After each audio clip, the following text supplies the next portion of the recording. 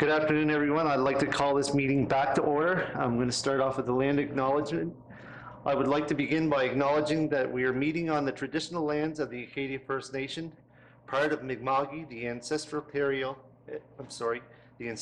territory of the Mi'kmaq people. Moving on to item number 4, Remembrance Day acknowledgement.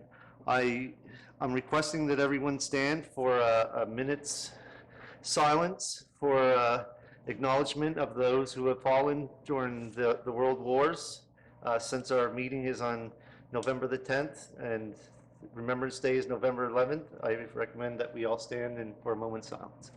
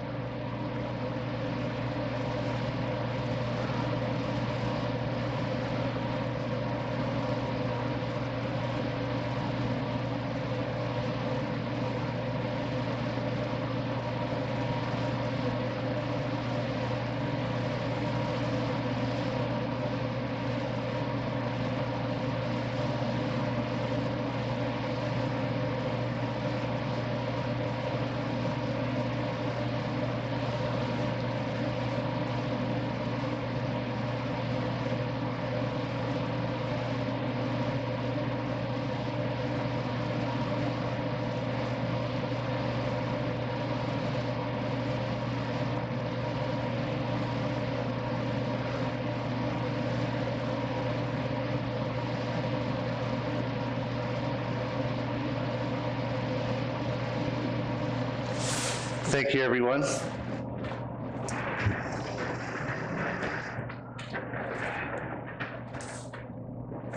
Item 5, additions or deletions to the agenda. Is there any additions or deletions? Hearing none, a motion to approve the agenda as circulated is in order. Moved by Councillor Patty Durkee, seconded by Councillor Lauren Cushing. Motion on the floor to approve the agenda as circulated. All those in favor signify by saying aye. Opposed? Motion carried unanimously.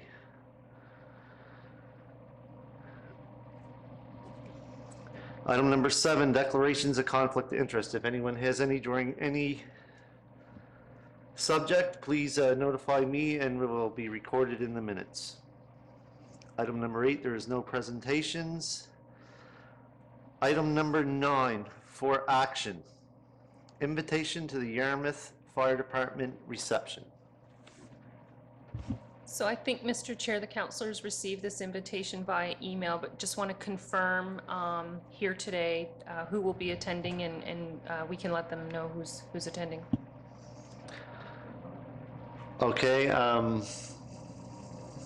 so I guess we have 1, 2, is that not on the time of our planning advisory committee? Yes, sorry, that's correct. Yes. Yep, that's PAC, so yeah. So Councillor Hurlbert and Councillor Allen, are you planning to attend? Yes. I am attending as well. Deputy Warden? Yes, if you could just send along a note to the organizers, just saying that I'll assume that everybody's going to be attending the PAC meeting rather than doing the open house. But in any event, if you could just pass along the word that we do have a planning advisory committee at that time, and send our regrets, that would be great. That's right by everybody. Okay, so myself, Councillor Allen, and Councillor Hurlbert will be attending.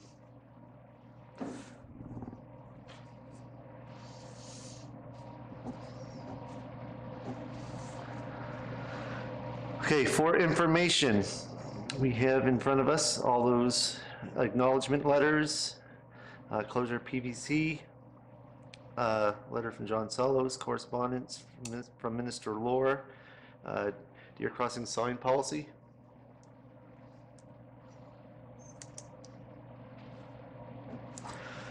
Item number 10, old business 10.1, agenda documents. Thank you, Mr. Chair. So that's coming forward from a previous committee of the whole, and council had briefly discussed, what it might look like to change our approach when the agendas go live. So it's I think what the request was to bring it to another committee of the whole, so you could have a fulsome conversation. Okay, Councillor Patty Durkee, you have the floor. Thank you, Mr. Chair, and thank you, CAO Brooks. I had brought this forward in the last meeting because I feel it's really important for our constituents to see our agenda documents prior to the start of the meeting.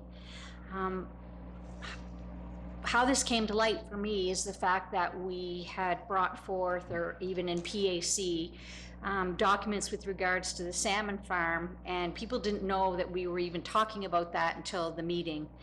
I think it's really important that our constituents have an opportunity to have some input or speak to us about their thoughts and ideas of things that we have on the agenda. And so therefore, I am going to make a motion that we include the agenda documents to be attached to the agenda when it comes out the Friday prior to our meeting. In light of that, I'd also like to add that after doing a little bit of research, I'd like to again possibly attach the fact that having an access online calendar would be very beneficial as well. So, Councillor, the motion that you put on the floor is to have the agenda documents attached for public viewing on the Friday that the agenda is released? Yes, Is that the motion? yes. Okay, a motion on the floor. Do I have a seconder? Seconded by Councillor Sherry Hurlbert. So motion on the floor. Is there any discussion on that motion? Councillor Hurlbert, you have the floor. Thank you, Mr. Chair. As a follow-up to Councillor Durkee's comments, I think for me, the value in having our residents provide feedback before a meeting, I made the motion about bringing, revising the flag policy, and staff came back with a policy and we saw it, and on first glance, we thought it was good. And then we received community feedback, and because of that, I feel that if the community could have seen that before we got to our meeting on the Wednesday or Thursday, now it's Thursday, then we could have had some time to deliberate their thoughts and opinions.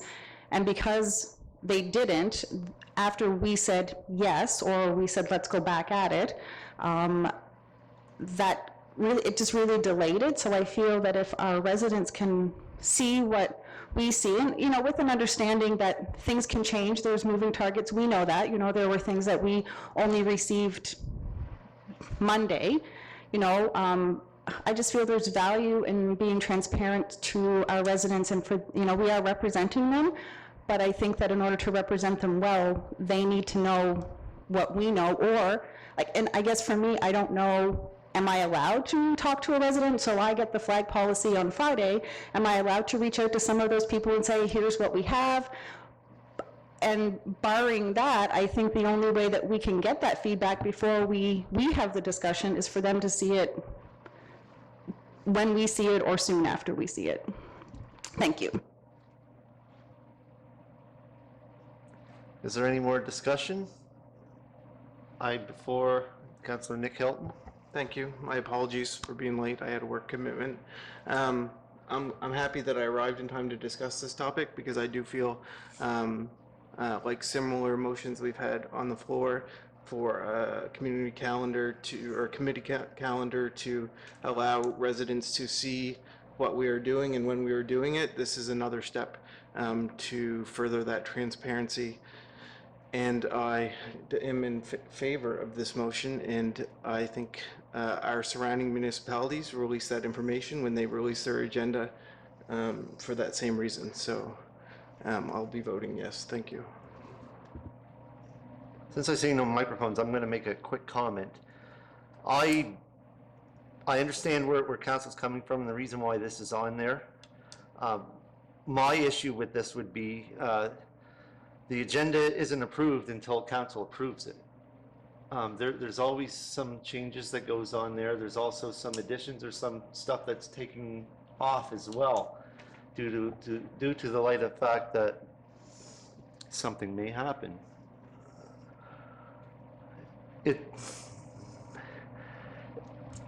I'm sort of really torn on this, and I don't know what the practice is across the province in that regards, and I don't know, Madam CEO, if you could share any insight in that regard. Sure. So if you go online to any one of the 49 municipalities, you'll see a variety of approaches.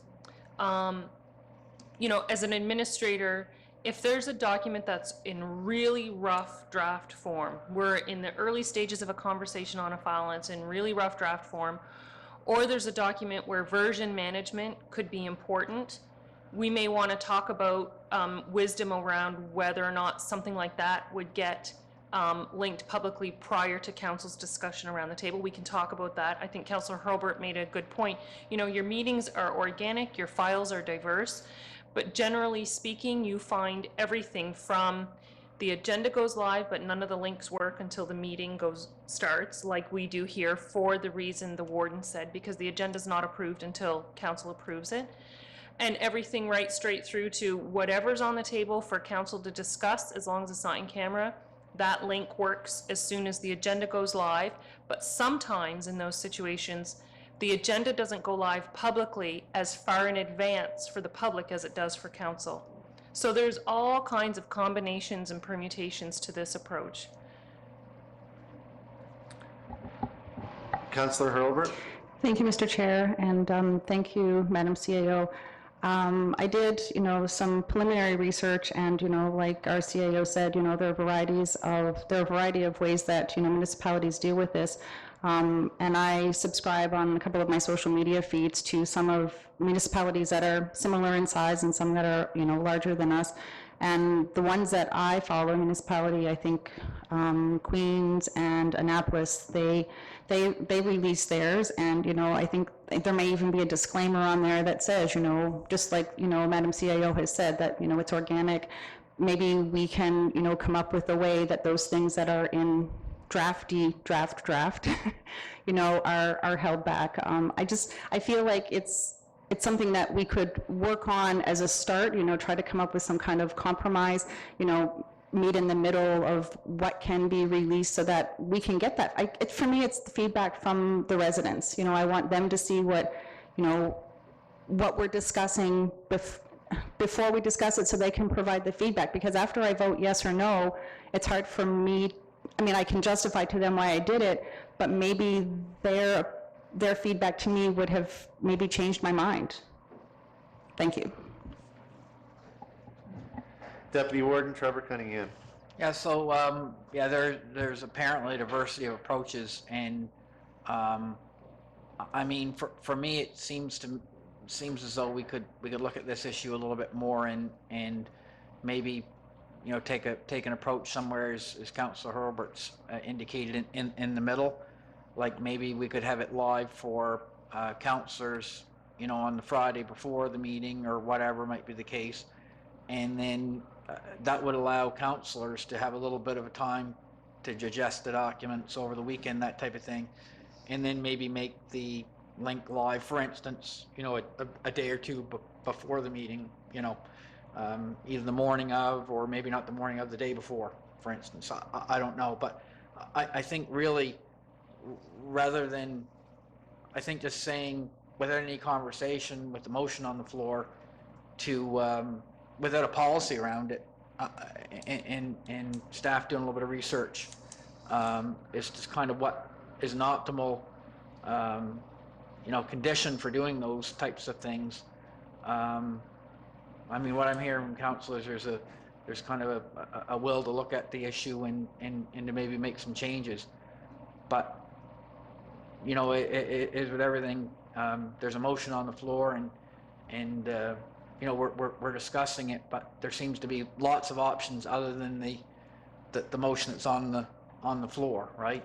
I'm not saying that's not a good option, but it's only one, and I haven't really seen the other options, right?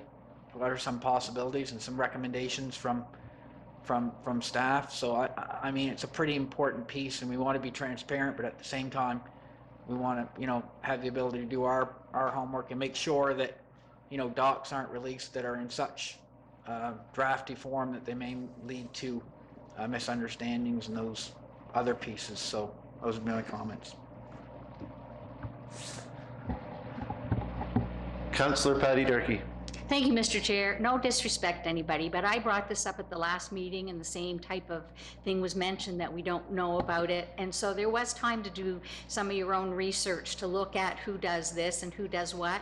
And so I stand with my motion that I would like to see the agenda put on the same time in draft form, and we can put it in and just say it's draft form, as put in at the same time that we see it. Councillor Lauren Cushing. Thank you, Mr. Warden. I understand what Councillor Durkee is talking about, and I understand Councillor Hurlbert and Councillor Hilton, what they were also saying, and what Councillor Trevor Cunningham was saying. If it goes on a draft form, are we as councillors prepared to defend the agenda if we have a change in the correspondence that we're discussing, and all of a sudden we're going to have to explain that to our citizens, saying, oh well, this was just a draft and now we changed it, and so that's really not the case. This is the case now. Are we opening up a door for a lot of debate from our citizens on such?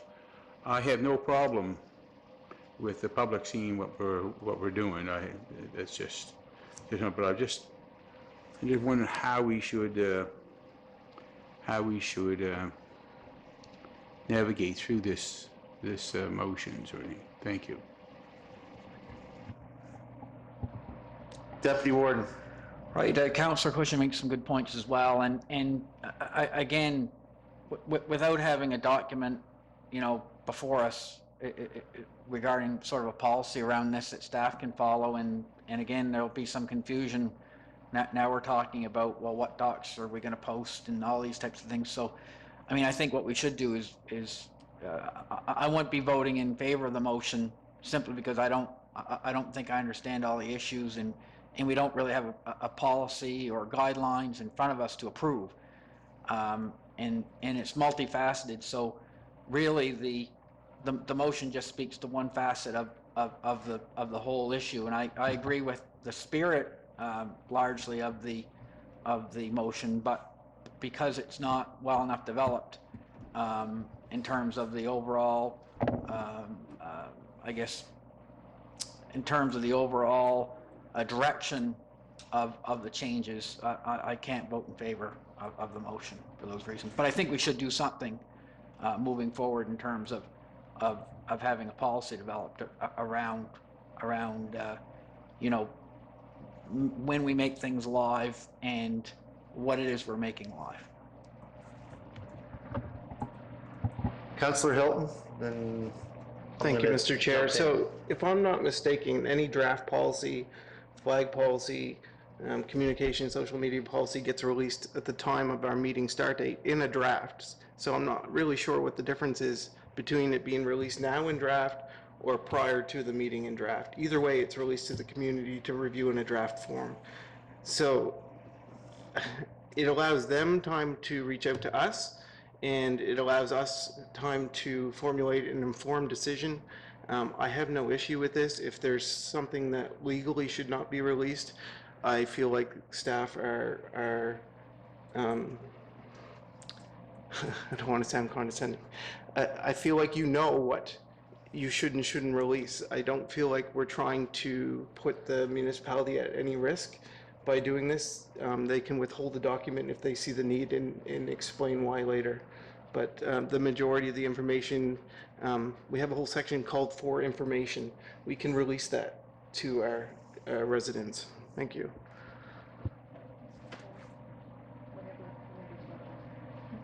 All right, I was going to go next, but I see there's 3 other microphones lit up. I'm going to go around till the microphone is lit up, I'm gonna go to me, then I'm gonna go to you, because I have a point that I wanted to make in here. So Councillor Sherry Hurlbert. Thank you. And I know I spoke twice, and I'm not sure what the rules are on that, but you've turned my microphone on, so here I go.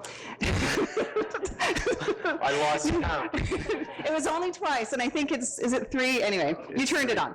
So for the sake of not letting this motion die on the floor, and not knowing exactly what other than to make a motion to table it, is there any, before someone does that, is there something that we can do to keep this moving without it dying here? Because if it dies, then there is a waiting period, and there are all kinds of restrictions about, you know, a motion dying and how long it takes, how long we can wait before we bring it back, et cetera, et cetera. So is there something we can do here that prevents us from the motion being defeated, and maybe that's only tabling it, and if that's the case, I'm willing to continue the conversation. I think I have a solution to that when I get up to say something. Councillor Lauren Cushing. Thank you, Mr. Warden. Just going back to some of my comments that I have made, Councillor Hilton mentioned that some of these items that could be the decision of staff whether they be released or not. I'll give a scenario.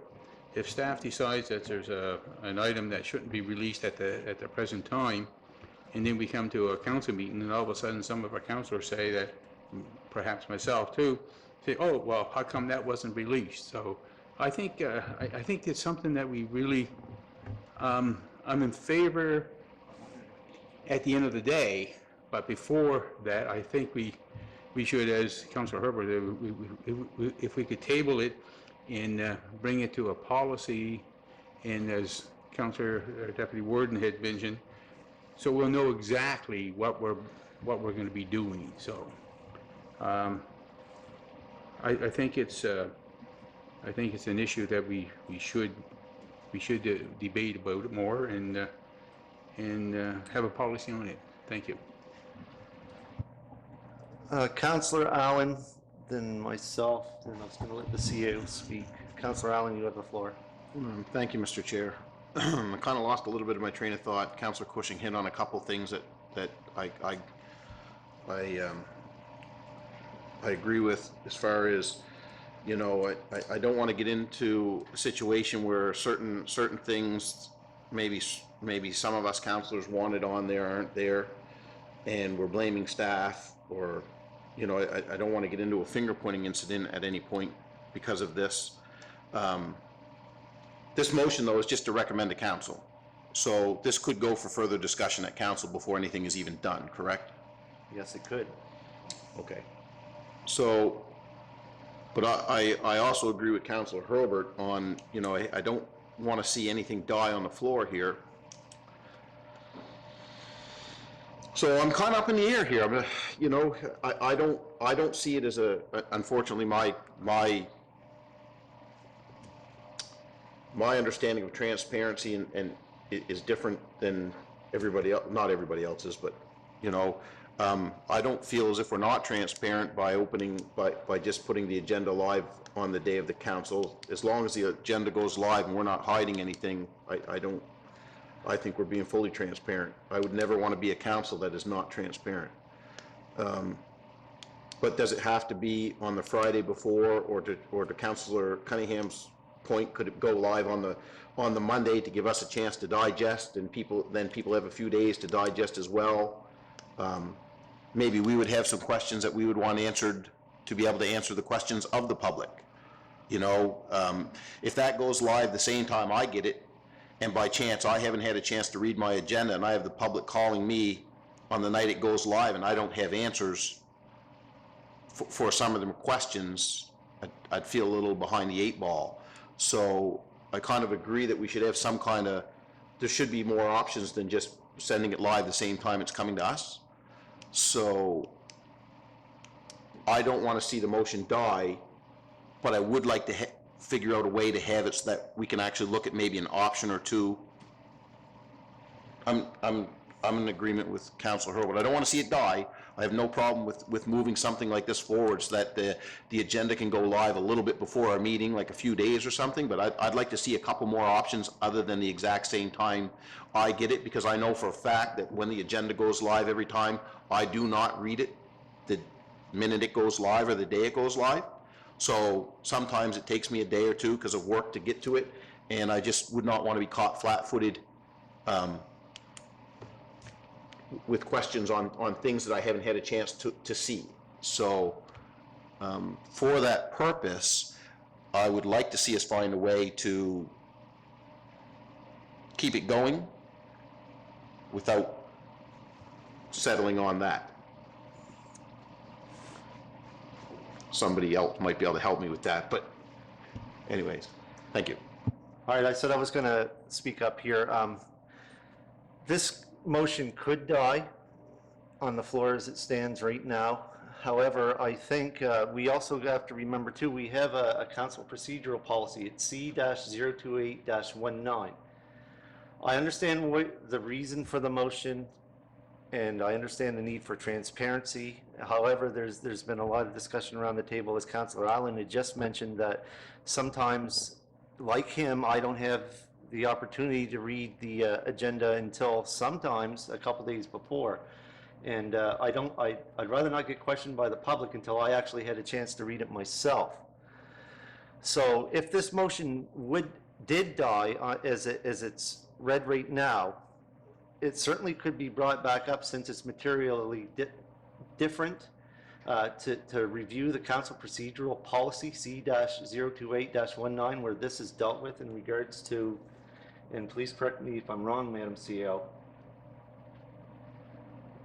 would it be materialistically different from the motion that's currently on the floor? So the motion on the floor is very specific.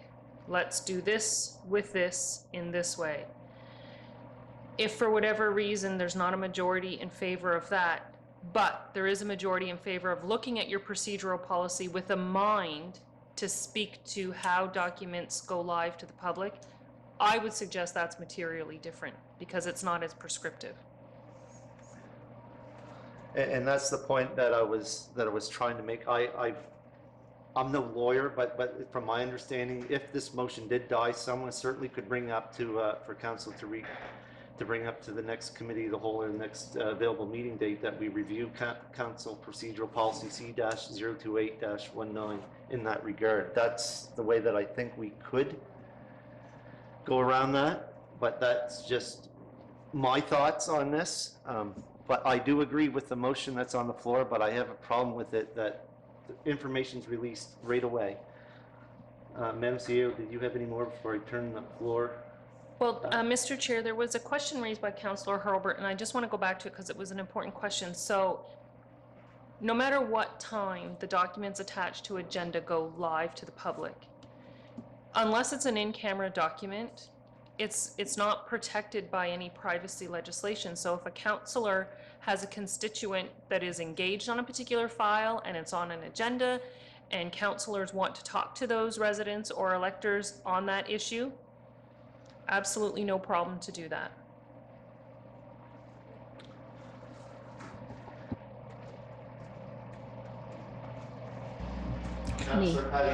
Thank you, Mr. Chair. After listening to the comments from others, I am prepared to change my motion to make an amendment to the motion to have the agenda go live on the Monday as opposed to the Friday when it's released. And otherwise, my motion stands. I think that, I'm just going to be honest, I think we're making a big deal. I don't find it's that big a deal, because these documents are, first of all, are things that the public are going to see anyway. The question is timing, and do we want to give them a chance to think about what it is on the agenda and give their input? In my opinion, yes, I think we should be allowing our citizens to do that. I do not feel we need a policy about it, because they're going to go live eventually, but I am prepared to amend that motion to make it released on Monday as opposed to Friday. Okay, so there's an amendment on the floor to make documents live on Monday. Is there a seconder to that? It's seconded by Councilor Nick Hilton. So there's amendment on the floor, so open up the floor to discussion on the amendment. Deputy Warden. Yeah, so, and again, I'll say there have been a number of comments and, you know, one of them revolved around having the CEO make some discretionary decisions, and that hasn't necessarily gone that well with council fairly previously, to be blunt about it. We all know bad things happen when you don't have a policy that, you know, obviously this is a pretty big deal, I'd say. I don't think it's a small issue. I think it's an important issue. I'm generally in favor of doing something about it, but I don't want to rush and do the wrong thing either, or leave staff in the position where they're making decisions without an appropriate guide. I mean, I think so for that reason, I mean, if the motion were to fail, let's say the amendment or the motion or both were to fail, it's not that we're not going to do something about this, but I think we need a document in front of us with some choices and some research. We haven't asked the CEO to research this issue that I'm aware of to this point. And you know, yeah, we can do our own individual research, but that's not really part of the public record, and nor do we have access to that. So folks have said that they've done research, but I haven't seen it, and it hasn't been made live on the agenda, so how transparent is that? So anyway, for those reasons, I'm going to be voting against, you know, either the amendment or the original motion, simply because I think we need time to develop a policy and series of guidelines so we give everybody's clear about it, including the public, staff, and council.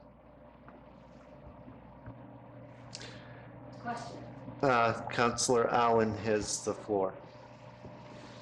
Thank you, Mr. Chair. As I'm trying to cheat by looking over Councilor Hurlbert's shoulder at Council Procedural Policy C-028-19, I'm actually not seeing anything in there about when our agenda is supposed to go live. And I agree. I don't think that we need to create a policy on when our agenda goes live. But as a policy, is it not possible to add to this policy and have something put in, you know, procedurally, so then it's written down, we know what we're doing? So, you know, without having to go through the whole rigmarole of creating a whole policy around our process and how our council meetings are ran, and I'm still trying to cheat, and I'm going to lose my concentrate. But so I'm more in favor of having staff come back with an amendment to that policy as soon as possible, in a way that we can put our agenda live a little bit ahead of our meetings. That would be my, so because of the motions on the floor, obviously, would that affect the second motion? Like, so the amended motion, we're back into the same situation. The first motion, the material in it wouldn't have affected if we wanted to make another motion, correct? That's what we had stated earlier, that because of the way it was, that we were going to take this and do this, that it wouldn't affect. But the second motion, would that conflict making a motion to change the policy? Am I clear as to what I'm asking? I'm not sure if I'm coming out quite clear, Madam So section CAO. 10.5 of your procedural policy, it doesn't use the words "go live," but it does state that the meeting packages shall be finalized by noon, 3 business days preceding any council or committee of the whole meeting.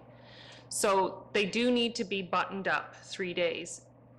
By practice, as soon as they're buttoned up, the municipality has made the package available in complete form to all elected officials, and then the agenda to the public at the same time. To me, and I would have to talk to our solicitor to get a definitive answer, to me, what you're discussing today really is about the spirit of the way we provide advanced notice to the public about what you're going to be deliberating on.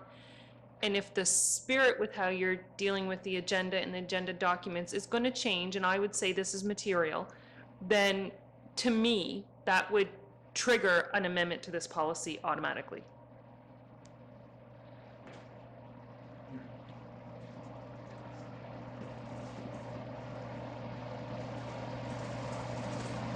Did I answer your question, Councillor Allen? I think so. No matter which way, if the amendment is voted in favor of, and the amended motion is voted in favor of, I will still be coming back to you with an amendment to this policy. But if the specifics around the amendment in the main motion are not successful, but council still feels we need to look at the spirit of this policy, that's materially different, and that could still come to the floor. Okay. That answers my question.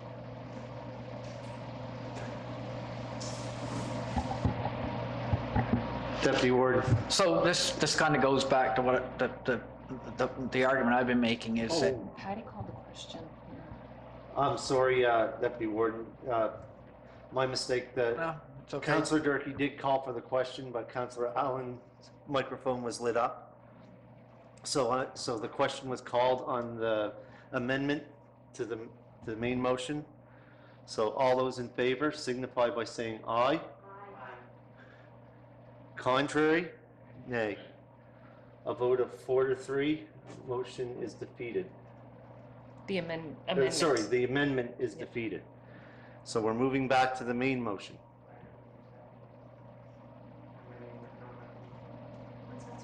I have to ask, everyone who voted in the negative want your name recorded? Yeah, so we all do. Okay, moving back to the main motion. Is there a question being called on the main motion? All those in favor signify by saying aye. Contrary? Okay, I'm gonna ask for the, again, and I'm gonna ask you to raise your right hand. All those in favor of, on the main motion signify by raising your right hand and saying aye. Contrary minded, nay. Motion is defeated. Do you wish to have your votes recorded? Yeah. Okay, motion is fallen from the table. Councillor Lauren Cushing, you have the floor. Thank you, Mr. Warden. Although this motion was defeated, I still like to be able to, I'm not quite sure how to do it, is to make a motion that we look at a policy to in regards of making our agendas live under a policy. How are we going to do it? Are you referring to that policy that I mentioned before, our council procedure policy C-028- I think it's 19? It is. Yes. Can that be made as a motion to have that done, or to look into it? You have the floor, Councillor. You can make the motion you like. All right, so I'd like to make a motion that we look at our policy, as you mentioned, that we look at that to see how we're going to make our agendas live to the public prior to our meetings. Yep. Okay, so a motion on the floor. Do I have a seconder? Seconded by Councillor Allen. So, Councillor, please correct me if I'm wrong.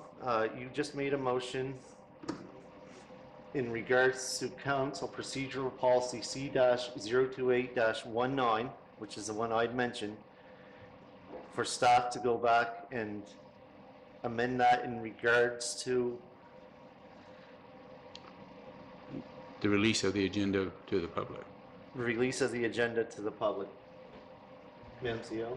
So just for clarity, Councillor Cushing, what we're talking about, the agenda is already released to the public. I think what we've been discussing is the attached documents. Attached documents, yes. Okay, Okay, I was sorry. just trying to get the motion clear. So is everyone clear of the motion on the floor?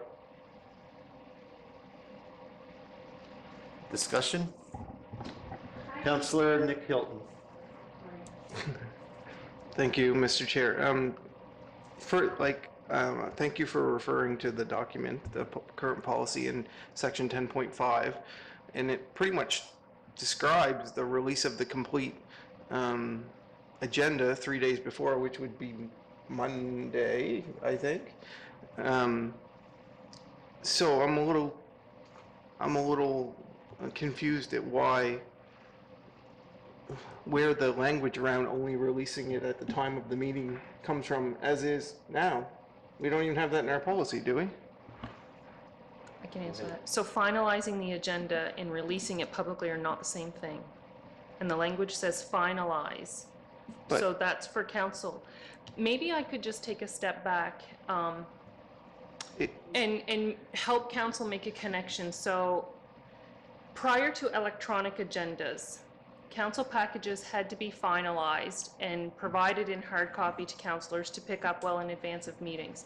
And I think what happened organically was that when agenda packages went electronic, the supporting documentation was continued to be made available to councillors in advance of the meeting, and then made live once council approved the agenda. When we had hard copy packages, members of the public could only see the package the day of the meeting if they came to view in person.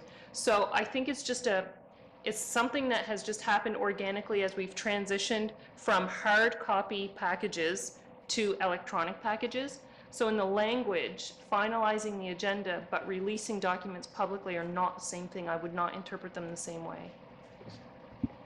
You still have the floor. Because I would kind of interpret it the same way. And I think that's great clarity to the issue, because once it's finalized, I'm not really sure why we would hesitate on not putting it out there.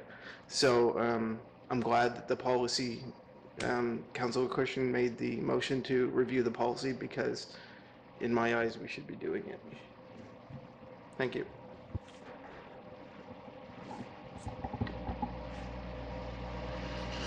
Councillor Patty Durkee. Thank you, Mr. Chair. Councillor Cushing, your microphone's on. Could you please turn it off? That's the reason why.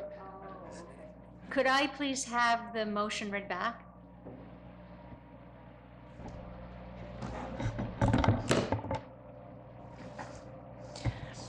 So the motion, as I heard it, was to see how we are going to make agenda documents let me start over. To look at the council procedure policy C-028-19 to see how we're going to make agenda documents live to the public prior to our meetings.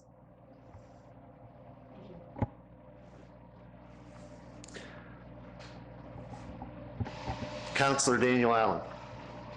Thank you, Mr. Chair. So I guess to further to Councillor Cushing's motion, and I'm not trying to change it, is I agree with Councillor Hilton that this is definitely an outdated policy, procedural policy, and we should be visiting it to bring it up to modern times or modern technology, because to our CAO's point, you know, this was based on hard copy, which is no longer what we're using anymore.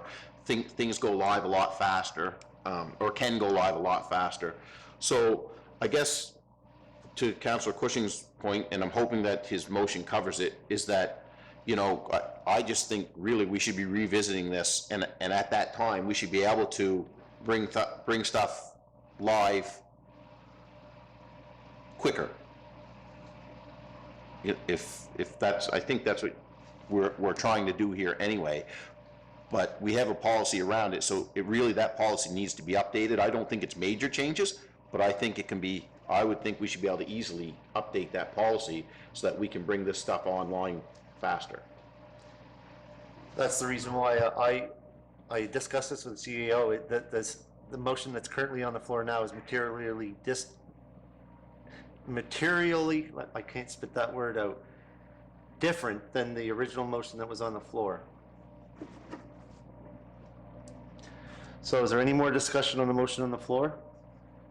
Deputy Warden?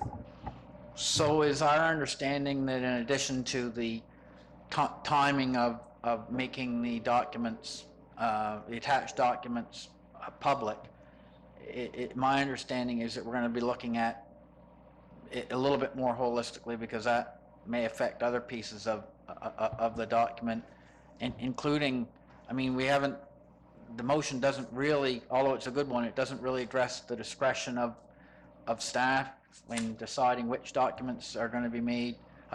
So I would agree with Councillor Allen and Councillor Hilton that, you know, we probably need to look at the policy a little bit more as a whole, to bring it up to date and to allow to you know, to get the best result, because there's a lot of you know, there's a lot of artifacts in that, literally because of as the CAO outlined, because originally it was sort of driven by paper copy and so forth, and we moved ahead kind of organically, but it is time to look at that. So I'll move an amendment to the motion to expand the motion to include a full review of the policy in question.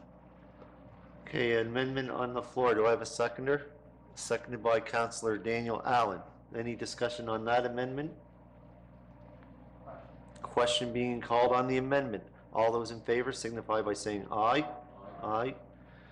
Contrary minded? Motion carried unanimously. All right, back to the main motion. Any more discussion on that? Question being called on the main motion. All those in favor signify by saying aye. Aye. Contrary? Motion carried unanimously.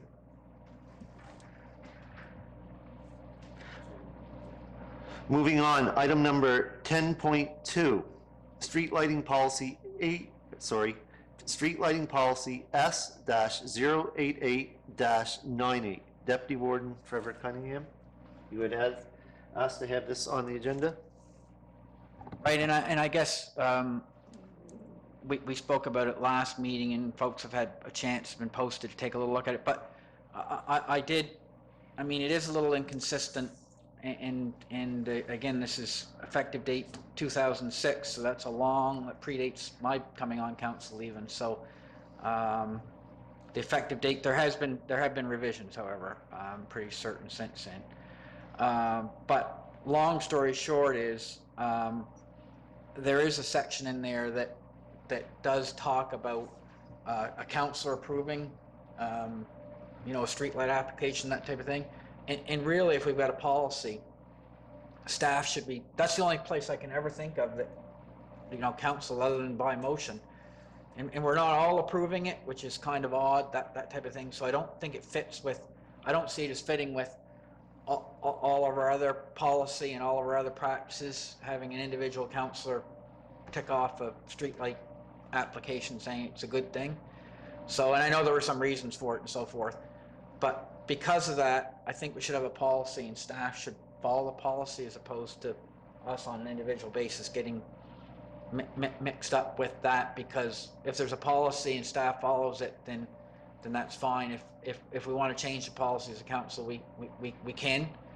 But so what I do is I just make a motion to have staff look at street lighting policy S-008-98 with some suggested revisions to improve it and to update it, but specifically to update that councillor approval caveat and remove it. Okay, a motion on the floor. Do I have a seconder? Second by Councillor Daniel Allen. Discussion? Councillor Allen, you have the floor.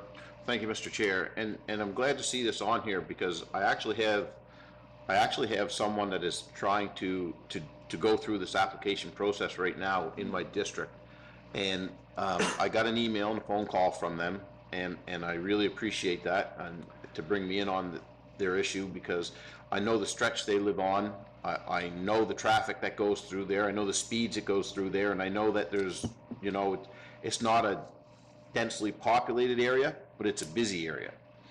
And theirs is a safety concern, and I was kind of surprised when they asked me for support, documented support from me, and I'd never actually, and not just because they were calling me to get me to, you know, to see what, I guess to see what I can do, but it was because it was part of the application to have a streetlight.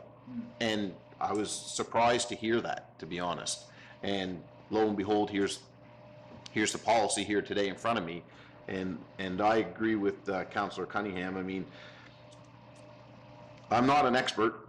I can go down there, I can tell them what I think is that they need a streetlight, but I'm not the expert. I'm not the person that's going to make the final decision by any means. And I don't mind supporting them in their application, but I wasn't quite sure, and that's kind of what I asked, like they wanted documented support, so I didn't know if it was just a letter from me in support or what they needed. And I was just really surprised to hear that that was actually a part of the application. So I'm glad to hear that we're going to be looking at this, just to clarify some things. Councillor Hurlbert. Thank you, Mr. Chair. I know Deputy Warden's motion was specific to, you know, the application process, but on our agenda on 11.4, Councillor Hilton has added dark sky initiative, and there is a dark sky initiative as part of that street lighting policy in 3.2. So I guess, do we address Deputy Warden's now and then Councillor Hilton's later? It all depends on what Councillor Hilton is going Okay. to be speaking about. Okay.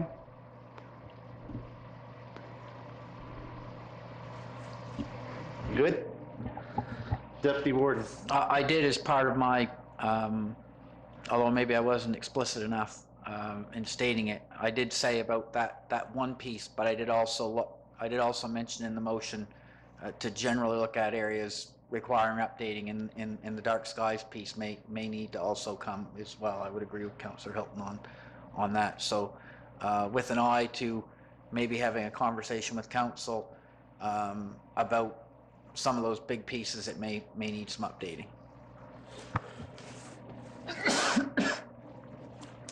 Okay, any more discussion on that? I'd entertain a question on the motion. Question being called. All those in favor signify by saying aye.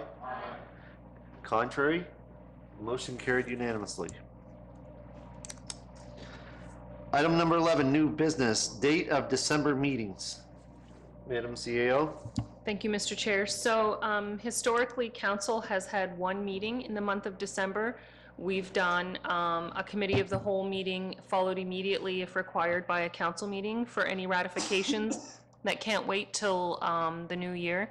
And so normally what we do is, because committee of the whole is the second week and council is the fourth week, what you've historically done in the past, pre-COVID, when things were normal, was you met in the middle. So you had one meeting the month of December, but it was in the third week of the month. And it was, a daytime meeting, because it was a committee of the whole meeting. So what I'd be recommending to council is that we meet on our committee on a Thursday in the third week, which would be December the 16th? Does that make sense? 1, 2, 3, the 16th at 2:30. 2:30? Yeah, that's our normal time. 2:30 for committee of the whole, followed immediately by council.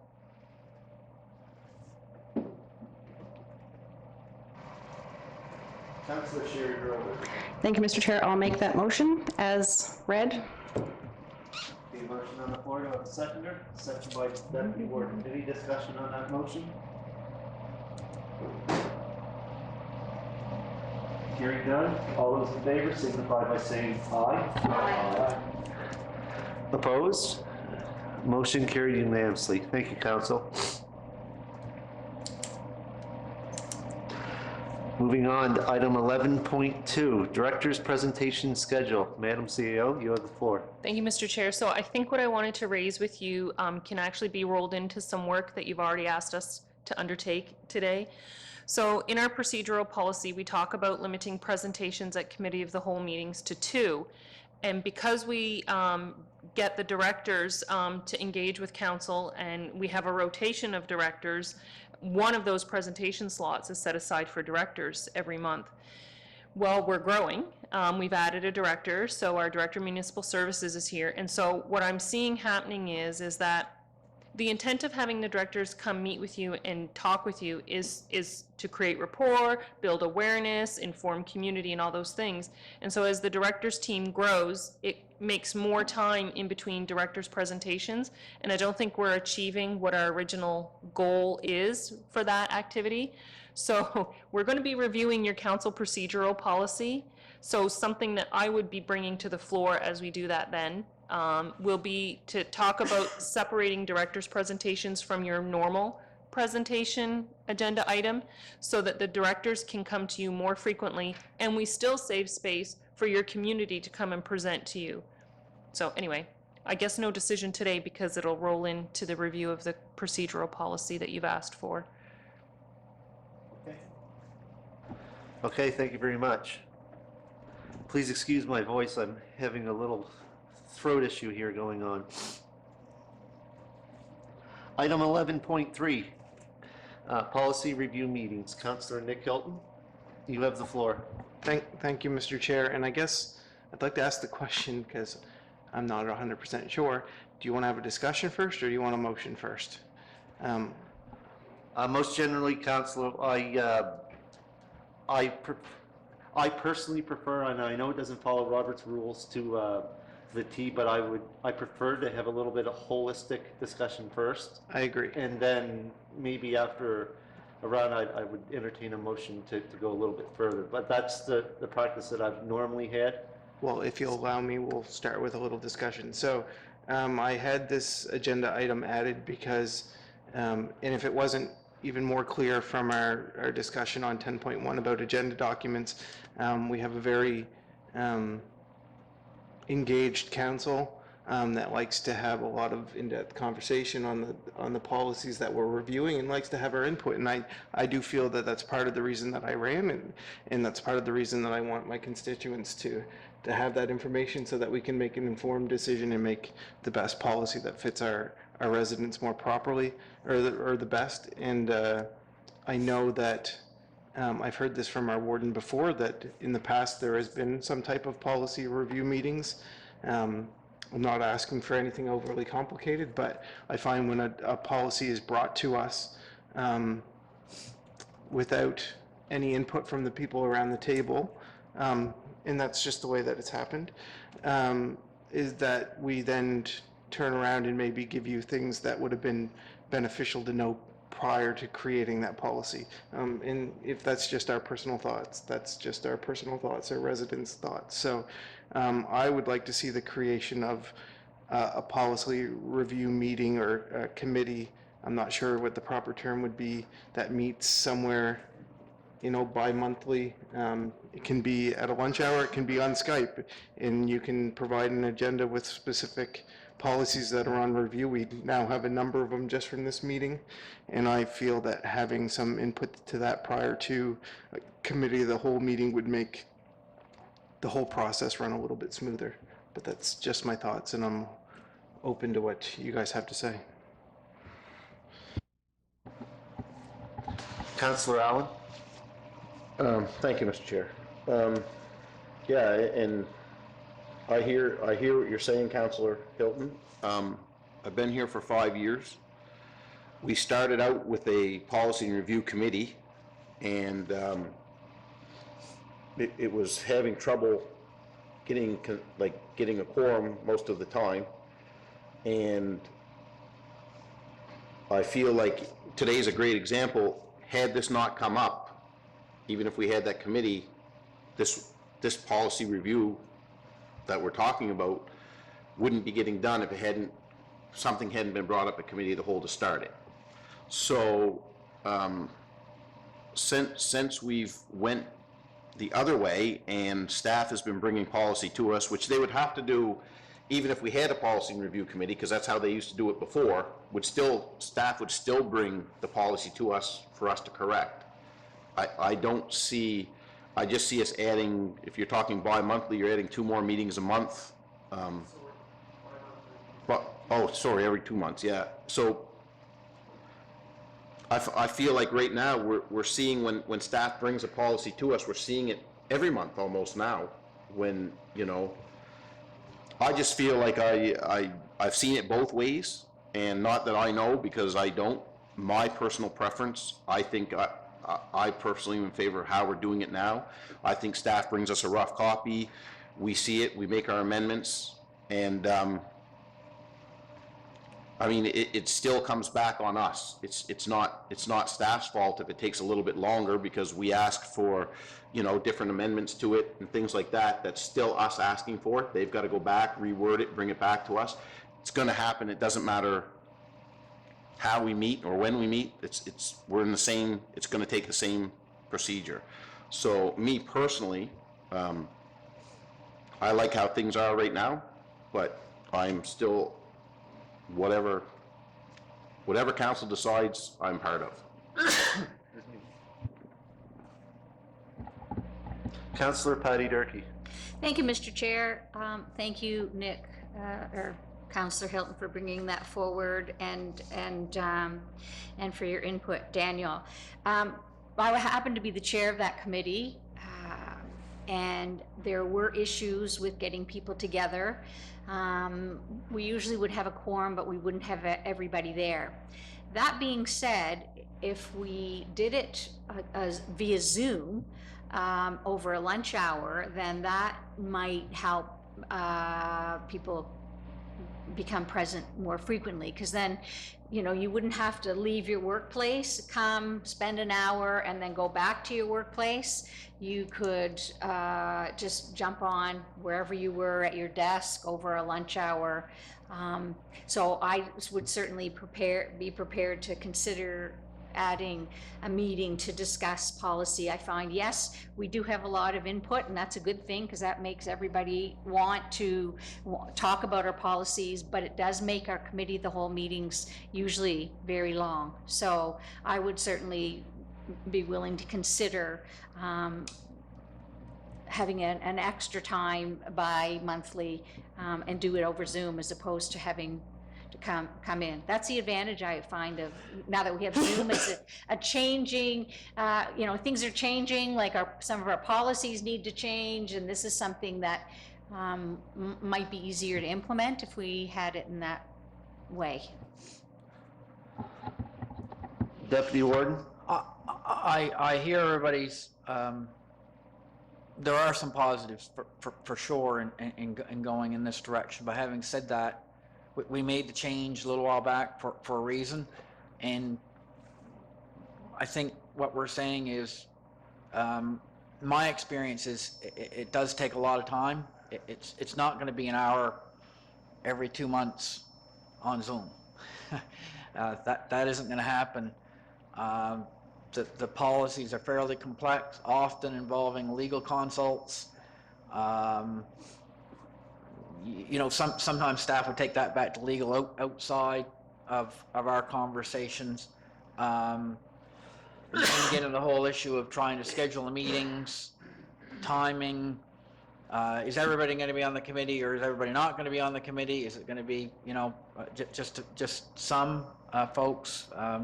We've gone through those trials and tribulations before. So on balance, although there are advantages to getting together to look at this, and I don't find anything wrong with talking about the policy in public. Sometimes a little bit uncomfortable, but the public can see those meetings. Those are public meetings, as opposed to meetings that aren't public. So it has some advantages. Sometimes you can, you know, it does make the committee of the whole a little bit longer at some points, but I think overall we spend less time overall with policy, even though the committee of the whole meetings sometimes are a little bit lengthier than having the policy added on, where the public, you know, can't see the debate also publicly. So for those reasons, I'm in favor generally of sticking, not that there's not some merit in going the other way, but I think on balance, I think the committee of the whole piece without the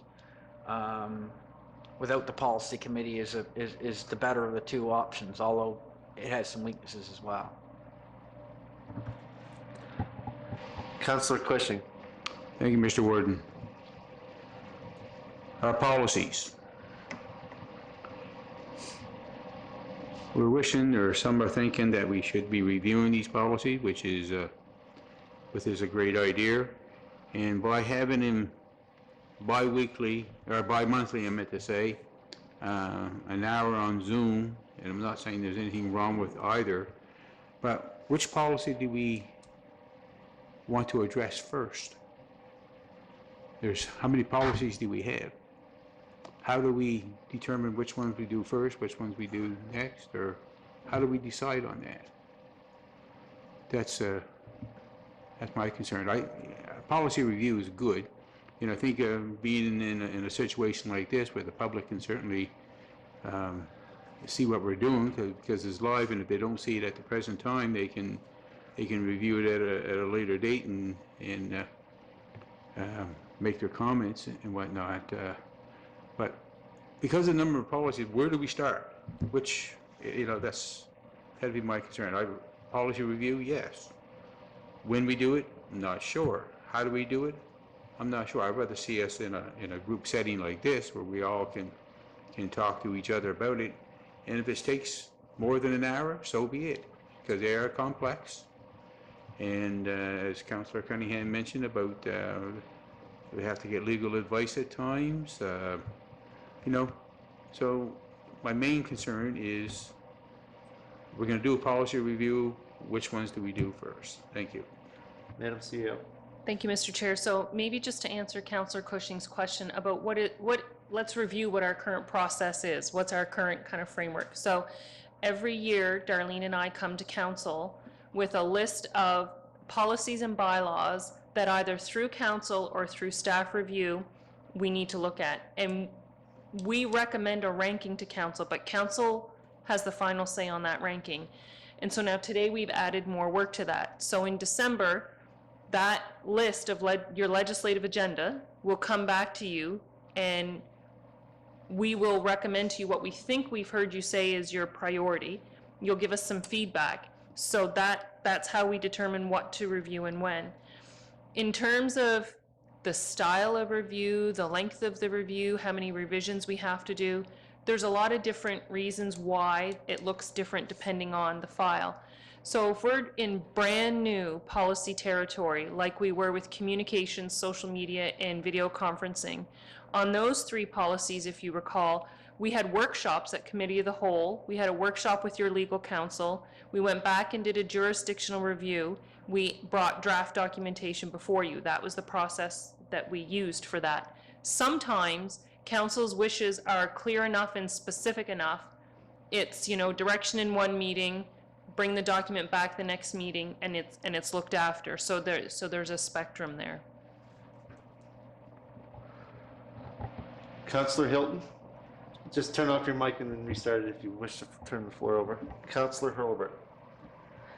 Thank you, Mr. Chair. I think I know where this is going, but I'm willing to make the motion to have a separate from Committee of the Whole policy review meeting, and to move that forward to have,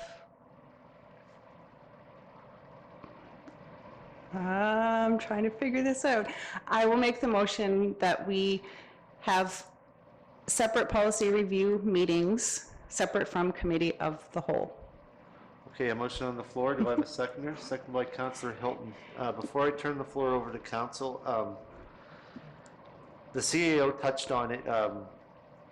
I don't like the way that the system is working currently, and I didn't like it the way it worked before. I found it was quite cumbersome, and the reason why I don't think it worked before is because of the lack of participation.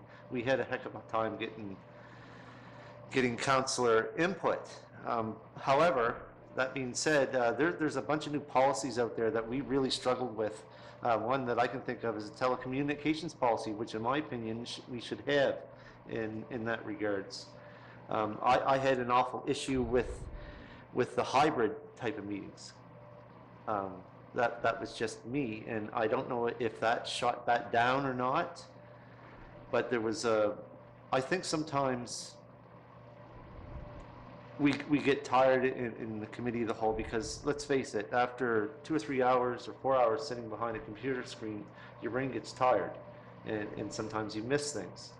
And also there's been issues with our meetings going longer than the prescribed time in the council policy procedure thing, going over the 4-hour limit in committee of the whole and going over the 2-hour limit in the regular council meetings. I like the idea of the motion that's on the floor currently. However, I do request that if this motion would pass, that we all put our best foot forward and try to attend and try to get some of the kinks out before. Also, we got to remember too, if this is a committee of the council, there has to be meeting minutes. If possible, it has to be recorded. That's where one thing where the telecommunications policy would, or one of those policies would work very well, where you could record them and people could view them online with the technology as fast as it's proceeding. As the motion sits, I would vote in favor of it. So I'm going to turn the floor over to the first person with the microphone on. My mic is still on, and I left it on for a reason. Okay, so you still have the floor. Yep, so I think following up to Madam CAO's point and to Warden Cunningham's point, we are an engaged council. I feel we are an engaged council. We have new people on, Nick and I are new, and policy is what drives us, and I am outspoken, I think that having a separate time from committee of the whole, for me, makes this meeting that we're in, we would have those initial discussions where we can say, here's what we're bringing to, a future policy meeting. And then, it doesn't mean that it's starting from scratch. It doesn't mean, that there can't be some minor discussion in committee of the whole. I do agree with Warden Cunningham. The meetings would be public. If they were via Skype or Zoom, I guess we use Zoom, that they can be recorded. They could be live as well.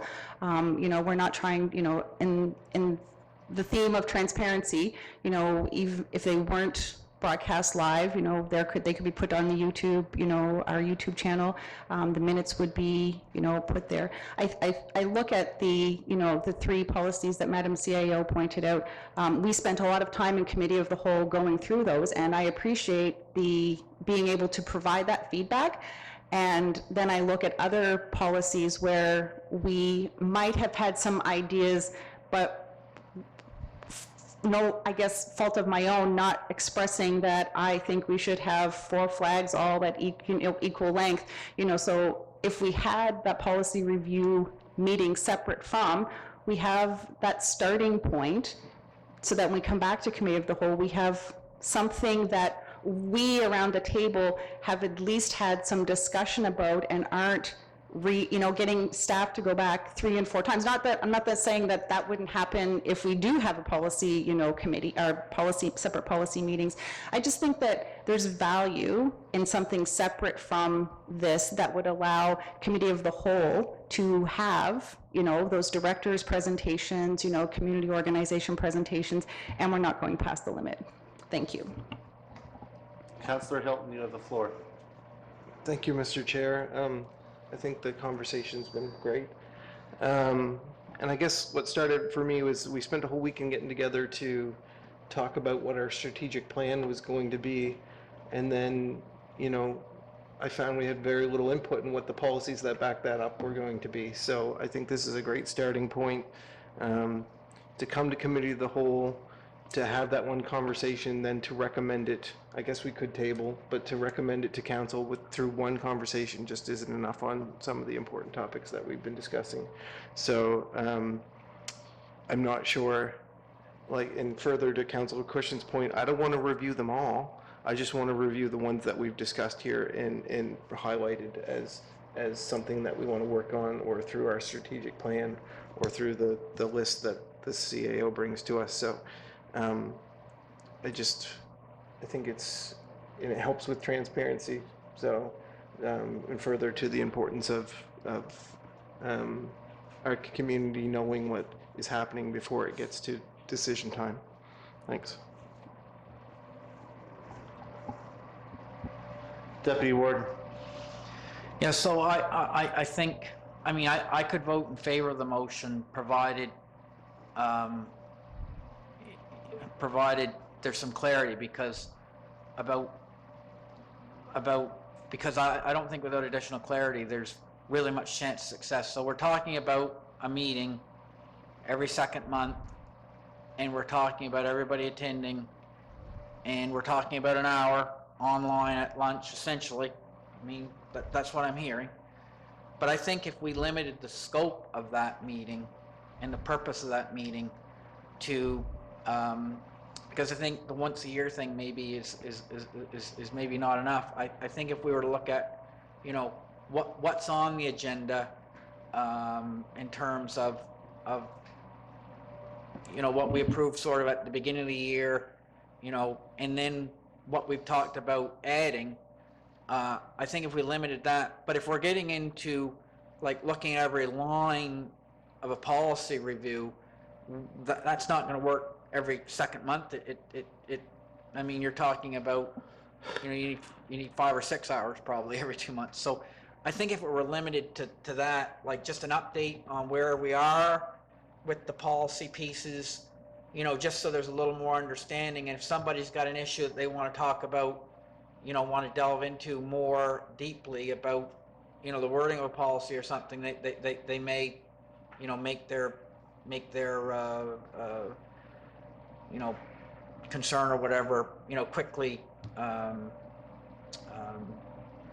evident at that point. Maybe staff could react to it. But I mean, I think we need to be really careful saying, because we're voting on something that we're going to have every second month, we're going to have about an hour meeting, maybe a little bit, you know, that's what I understand the meeting is. So I think we need to be clear about what it is and what its purpose is. So if its purpose is to touch base every couple months to maybe lessen the load at committee of the whole, I'm okay with that. But it can't be about going back to where we were before and writing policy, because that did not work. We got into wordsmithing, we got into all this kind of stuff. So as a counselor, I mean, there are limitations to what a counselor can do in terms, or should do also in terms of policy. So we're there to review and approve, but writing it, getting down into the jargon of all the words, I mean, we can comment on it, and maybe that's just a working session. But if that's what it is, then I'm okay with it. But if it's not what it is, and if it's not going to be limited in scope to that, then I couldn't vote for it, because anything bigger than that really is prone to failure if you're only talking about once an hour every couple months. Madam CEO. Thank you, Mr. Chair. So a couple of things. The motion that's currently on the floor does not provide specific enough direction. So the motion does not include the frequency of the meetings, the day of the meeting, the duration of the meeting, the format of the meeting. And I think it's important, if we're making a switch, that the 7 of you are clear with me on what you're looking for there. And I would agree that I think every other month is not enough. If we're going to be having conversations with council around the pillars of policies, what are the philosophies that you want included in your policies? What are your goals and objectives that you want to achieve in your policies? Look at our policy agenda, it's big. 1 hour every other month, I think we're setting ourselves up for failure. Councillor Allen. So thank you, Mr. Chair. So some of them concerns were the same thing. I was thinking on the same premise. To the motion that's read, it just says a meeting bi-monthly. No. Well, what does it say? Can you read me back the motion? The motion currently says to recommend that regular council have separate policy review meetings that are separate from committee of the whole. Okay, so it's an official council meeting, and we're adding, like, this is my question, are we adding another official council meeting? Are we forming a committee to do this? So there you go. I mean, it could be a committee of the whole meeting. You could end up with 2 committee of the whole meetings a month. Or is it a committee of council? Is it a policy review committee of council? I don't know, because if it's committee of the whole, then the warden presides, and in his absence, the deputy warden presides. If it's a committee of council, then there's the terms of reference and electing your chair and all that stuff. So, I mean, I have concerns about that. That was the first thing, just because it is a little bit vague. But I'm going back to, we've been through this, and I'm just trying to find the time, I guess. We've moved council meetings because people couldn't make certain times, and I'm fine with that. And here we are, we're gonna add another daytime meeting every 2 months, which I agree with our CAO. I don't believe is going to be enough to do this work, because I could be corrected if I'm wrong, but I thought we tried to meet once a month when we used to have, when you used to chair, we used to try and meet once a month. At no time did that meeting ever last just an hour. Not to my recollection, never just lasted just an hour. So doing it over a lunch break is not going to be sufficient time to delve into this. We're still going to be giving our input, sending staff back to do some research, bringing it back to us to make sure it's the same thing we're doing now, but for that purpose, and it's just my opinion, I will be voting no to this, but that's just me. I don't have a problem. I see we've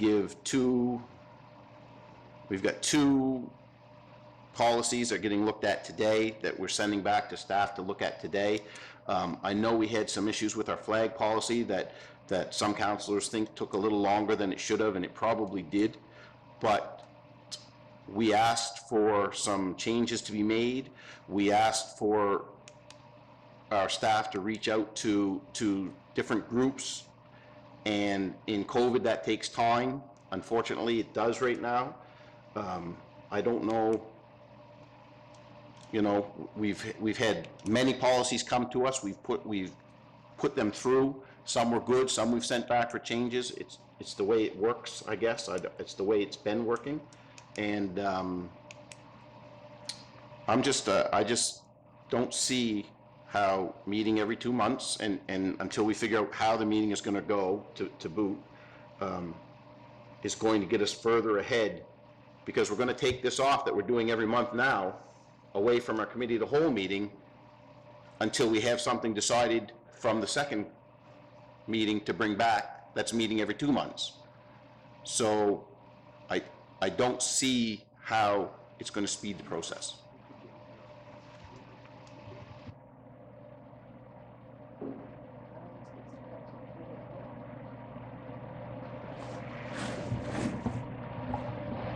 Councillor Nick Hilton. Thank you.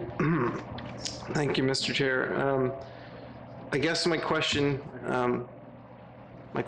to the CAO would be, so we get to this point, which is the point we get to with every new policy, it seems, where us as a council aren't exactly sure how to make this work, even though I feel like there's something that some councilors want. So we need a little bit of direction. I don't want another committee of the whole meeting. I like the fact that we workshop some of those documents. That's exactly what I think I'm looking for. I don't know if that requires a committee with a chairperson, or if, you know, a motion to workshop every new policy would do, or just your understanding that's what this or some of this council is looking for, I guess, and we could vote on that if that's the case. But I truly believe that a policy-driven meeting, or maybe review isn't the right word, workshop on each policy would stop a lot of these lengthy conversations where we're not exactly sure where we're headed. And I heard at the last meeting that staff had brought a policy, researched that policy. We reviewed that policy, but it wasn't necessarily what council wanted. I just feel like it stopped some of that, because if we get our input before the staff do all that lengthy research and bring a policy to to the table that maybe it's not exactly what we're looking for. So I feel like we're saving them time, not doubling the amount of time that someone has to look at a policy. So I'm still in support of this motion the way it is. If you need more to it, I'm looking for direction on how we add what you're looking for.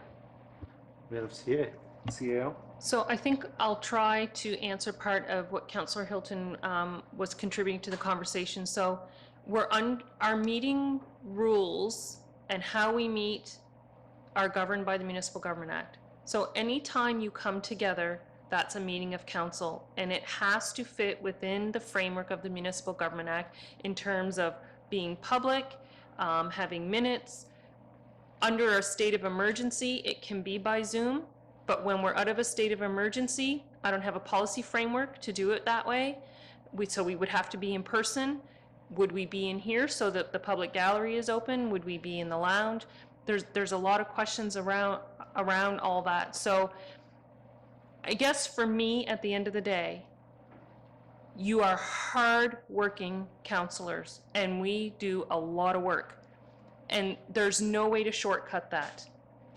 I think that there are some ways maybe your process could be smoother, but at the end of the day, that depends on counselors knowing what they want and articulating that so that we can go away and bring it back to you in the form necessary.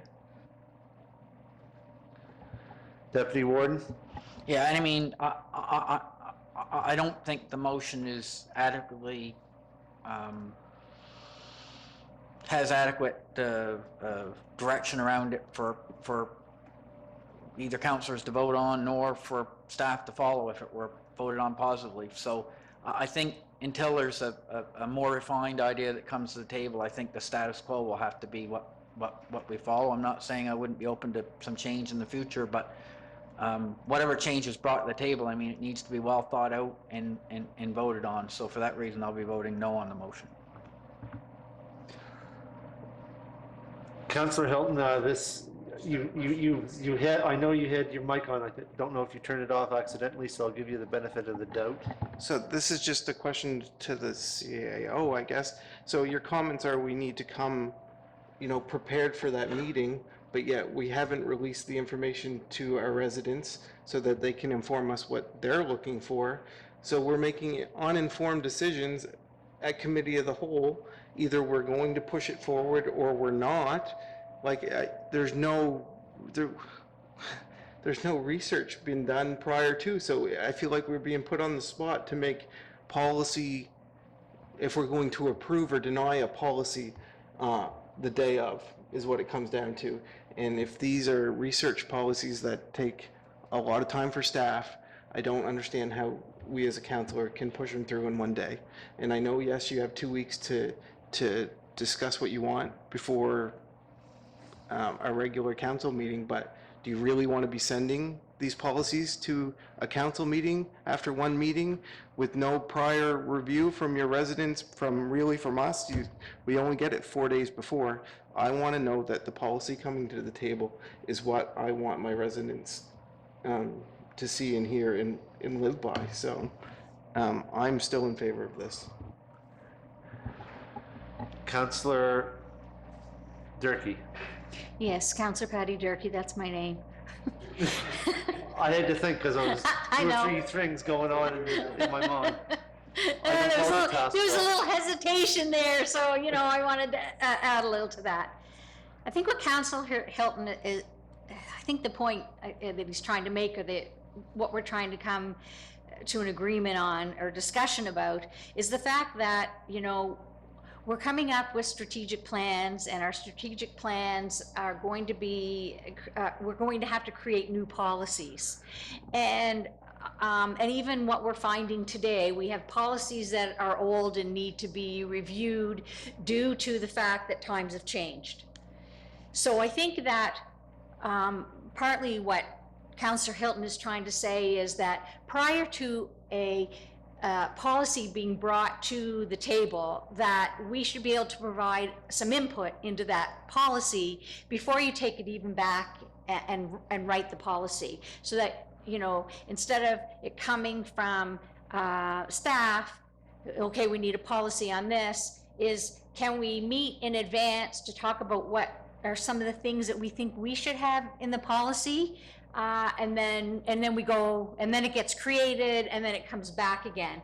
So with this, with having such in-depth material coming to us in a committee of the whole meeting, I almost think that the style of the workshop where you know, we say specifically for new policies, and of course only for new policies and those that need to be rewritten, which have come from council meetings, that rather than putting it all in at once, if we had some input in advance, and I think that's what Nick's trying to say, some input in advance to a policy being written, then maybe that would be helpful to us. So, you know, my thinking is that those, if we did have these, we have a number of policies coming up for review, and if we know in advance that they're coming, then we could kind of formulate some thoughts beforehand, and before they come to this committee, the whole meeting even, that we could gather our thoughts and input, rather than bringing a policy to meeting, having our discussions, then going away with a yay or nay, or having to come back 2 or 3 times. I think maybe if that's something like those outside meetings, outside of committee of the whole, to even just start the ball rolling on some of these things, like an hour to start the ball rolling on some of the things that we need to discuss, might be helpful, and before we get to a committee of the whole meeting. Do you understand what I'm trying to say? Just that, you know, that input of here's what we want to work on. Just say diversity, inclusion. I'm pulling that. You know, well, what do we want in that? And if we had that meeting to kind of drive the direction of where the policy's going, rather than just coming to council, here's a diversity and inclusion meeting, diversity and inclusion policy, then we go back, then we come back again and repeat it, you know, have more than one meeting. Does that make sense to you, Councillor Hilton, that you know, having that it's a pre-meeting, pre-policy, maybe we call it a pre-policy meeting, rather than everything coming out at the committee of the whole. Just a thought to throw out there. Councillor Cushing. Thank you, Mr. Chair. From what I'm hearing, and correct me if I'm wrong, is it suggested that we as councillors do the research on a policy and present it to council, and then have staff try to figure out what we're trying to say? Or is it, what's the purpose of our staff? Aren't they there to do the research and provide the best advice to us so that we can debate that policy that they're suggesting? As far as I'm concerned, they are professional people who are working for us as a council and providing the best information they can so that we can debate it, and if you wish to do some research on it and suggest some changes. Maybe I might make a suggestion to have a change done, but the other 6 of you decide it's not a good change. So, but I think it's a great change. So I'd rather see our staff do the research. We bring it, they bring it to us, we debate it, and if any of us councillors have some input on that, on a difference of opinion, so be it. Then we discuss it. But I can't see that we as councillors going out and doing the research. I can see this, we could have 7 difference of opinions on a research that we looked at, which is gonna, in my opinion, it would be totally confusing for staff trying to develop that particular policy. Whereas if our staff do the research, update the policies, or create a new policy, then we can look at it, and if we wish to look do some research on it, and then we can debate them issues. So I think it's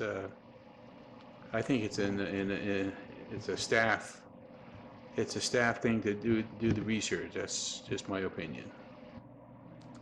Councillor Allen? Yes, thank you, Mr. Chair. Yes, Councillor Durkee, I understand. I see the way, I understand the way you're looking at the process, and I guess I just look at it a little different, because I feel like we're adding a step by doing this. Because we're gonna put some input, we're going to bring it to that meeting, staff's still going to bring it to us at committee of the whole. It may not be right, we still have to send them back. So it may add a step, but I don't know if it'll make it any faster. And to Councillor Hilton's point, we don't have to show up at committee of the whole and approve any policy on a moment's notice. We've always seemed to have sent them back for something. There's always, I don't know if there's ever been a policy that has come to us first draft as much as we want it and said, that's it right off the get-go, and just threw it through. I feel like we come to committee of the whole, we discuss it, we put our changes in, we send it back. That gives us a chance to go out to the public, see if what they think we made for changes works. If it doesn't work, then when it comes back to us, we should have input on it at that point to make sure it's 100% how we want it, and process is done. But this is just my thought process. Everybody processes things differently, and I'm not saying that mine is right and yours is wrong. I feel like we're getting the job done. I do. I feel like we're getting the job done. Not all policies get done in as timely a fashion as other ones, but I don't know. Some policies are definitely more complex. They're definitely, like you said, our diversity and inclusion, definitely more complex than other policies, and they're going to take time regardless which way we do it. So for that reason, I will be voting for the status quo. All right, we've gone around the table twice. Either council agrees that we extend the discussion, or I'm gonna have to call for the question. Question on the motion on the floor. All those in favor signify by saying aye. Contrary minded? Motion defeated. Vote of 4-3. You wish to have your names recorded? This is, even though I called the question, I'm technically in favor of the motion. I'm having a real hard time with. But you just voted against it. I know I did, but I know the spirit of it. But the way that the motion was worded, I could not support. I'm sure there's other ways that we could go about this, about the way that our committee of the wholes are set up. I talked to the CEO in regards to how was that we have there was in regards to shortening meetings. About consensus voting? I can't remember how you put that. The way that some other meetings are done. No, our governance structure doesn't allow for consensus in terms of specific direction. Now, consensus can be given from council for certain things, but we can't conduct all of our business by consensus. What I had said to the warden was what I just shared with you a few minutes ago. I have seen some organizations split the work of the committee of the whole, so that, I forget which councillor made the point earlier, one committee of the whole is all about community. So presentations, directors' presentations, project proposals, that sort of thing. And then the other one is your legislative meeting. So it's all about your policies and your bylaws. I have seen it done. There are 49 municipalities in Nova Scotia alone. I don't know how many in Canada. I don't know how many in the developed world. So there's that many ways to approach the work, right? Absolutely. Moving on to the next agenda item, item 11.4, Dark Sky Initiative. Councillor Hilton. Chair, we had Tim Doucette from the Deep Sky Eye Observatory in Quinnen do a presentation a couple committees of the whole ago, and we I think it was pretty impactful. I think the biosphere being recognized as a UNESCO Biosphere Reserve. I am not even sure if it's one of the only ones in the world or if the only one in the world. Does anyone know off the top of their head? So our dark skies accreditation is not the same thing as the UNESCO Biosphere. It's a little bit different, but you're right. Our dark skies accreditation is, I forget the number, but there are not very many. Yes, so I think it's important that we preserve that. So I would like to make a motion that we direct staff to look at a policy for the municipality and district of Yarmouth around a dark sky initiative. Okay, a motion on the floor. Do I have a seconder? Seconded by Councillor Sherry Hurlbert. A motion on the floor. Madam CEO, in regards to our dark sky initiative, is that not already in some of our policies, like the street lighting policy currently? So I think we speak to the initiative in our streetlight policy, but that policy only governs that asset. So right out of the gate, Councillor Hilton, I'm thinking municipal planning strategy and land use bylaw. I'm thinking that could be a good vehicle, but yeah, that streetlight policy is really specific. It wouldn't speak to other activities undertaken by other people. Councillor Hurlbert. Thank you, Mr. Chair. I noticed on the municipality of the District of Argyle, their fall winter newsletter, they actually, because they have a, I'm not sure the exact wording, if it's a policy or if it's part of their land use bylaw, but they actually have a Light It Right campaign, and did you know, and they actually have a pictogram of some things that you can do. So, I would be in support of moving something, forward so that we have, some framework around how we, how we keep the skies dark. Thank you. Councillor Lauren Cushing. Thank you, Mr. Warden. I hate to bring this up, but I agree with the Dark Sky Initiative, as Councillor Hilton brought up. But again, our street light policy is singled out for street lights alone. Do we need a policy to undertake a dark sky initiative so that we're all on the same page in the future? What I think of the dark sky policy could be different than what Councillor Hilton says or any of the other councillors. So shouldn't we have something in agreement by council that we do this and a policy would be the way to go, or am I wrong? So if the desire of council is to help preserve the designation, which based on our strategic plan, I think you've already told the community that that is important to you, then a policy statement on it and some associated regulations would be required. And so your municipal planning strategy is a great place where you can make an overarching policy statement on preserving the designation. Because lighting is part of your development activities in your community, it just makes sense there then that you would utilize your land use bylaw to speak to that. Therefore, and any type of industry that decides to come in to the municipality would have to follow underneath that type of policy of the dark sky.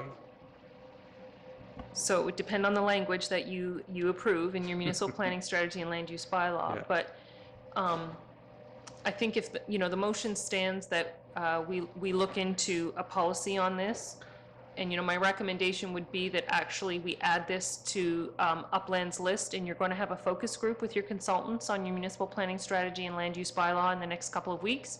The Dark Sky Initiative is a major theme that those tools can speak to. So it makes sense that a vehicle like that be leveraged for this goal. Yeah, well, I'll certainly be in favor of us creating a policy as Councillor Hilton made a recommendation for the Dark Sky Initiative. Thank you. Councillor Patty Durkee. No, thank you, Mr. Chair. You got it right this time. I didn't have to think twice. Thank you, Councillor Hilton, for bringing this up. I think this is a fantastic idea, and thank you, CAO, for recognizing that it should be part of our municipal planning strategy and land use bylaw. You know, we as a municipality can, you know, we've looked after lighting, which actually is not perfect yet, but I think when we go with replacements, to the LED lights that we install, then that will help in the future. But it's not just the businesses, it's about residents as well and the lighting that they put up. So I think, you know, an education piece, as Argyle has obviously done, you know, telling people how they can help with our dark sky. So I would absolutely be in favor of this motion, particularly as well with hopefully tourism gearing up again. Then there's going to be a lot more, probably a lot more activities, which Cape Verschowe is one of the most ideal locations for this, astrotourism. And so if we head in that direction, then we have something showing people that, you know, the direction we want to go in. That will certainly help keep our skies dark. Deputy Warden? Through you, Mr. Chair, to the mover and seconder. So my understanding is that if I were to vote in favor, which I will vote in favor of the motion, provided it is focused around adding that policy piece to the upland to-do list, and to involve the PAC and so forth in the development of the revised municipal planning strategy and land use bylaws. And not sort of a standalone policy type thing. I just want to make that clear in the motion. How was the motion originally worded? It's currently worded to direct staff to create a policy around dark sky initiative. Madam CEO? So we can still comply with that motion if what the deputy warden has shared, everybody can agree by consensus is the spirit of it, because it becomes a policy inside your municipal planning strategy. Consensus? Yeah, okay. So is there any more discussion on the motion on the floor? Question being called on the motion. All those in favor signify by saying aye. Opposed? Motion carried unanimously.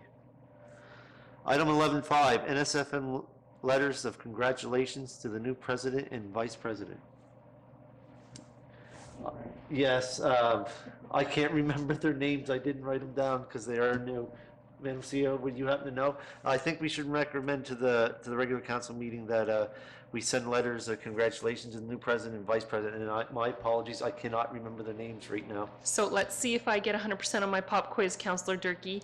The president of the NSFM is Mayor Amanda McDougall from CBRM, and the vice president of the NSFM is Mayor Brenda Chisholm Beaton from Port Hawkesbury. I was going to say Parsboro. I knew that was wrong. I would have got their first and last names mixed up. So I'd entertain a motion from someone to recommend to regular council to send letters of congratulations. Okay, motion by Councillor Patty Durkee, seconded by Councillor Nick Hilton. Motion on the floor. All those in favor signify by saying aye. Opposed? Motion carried unanimously.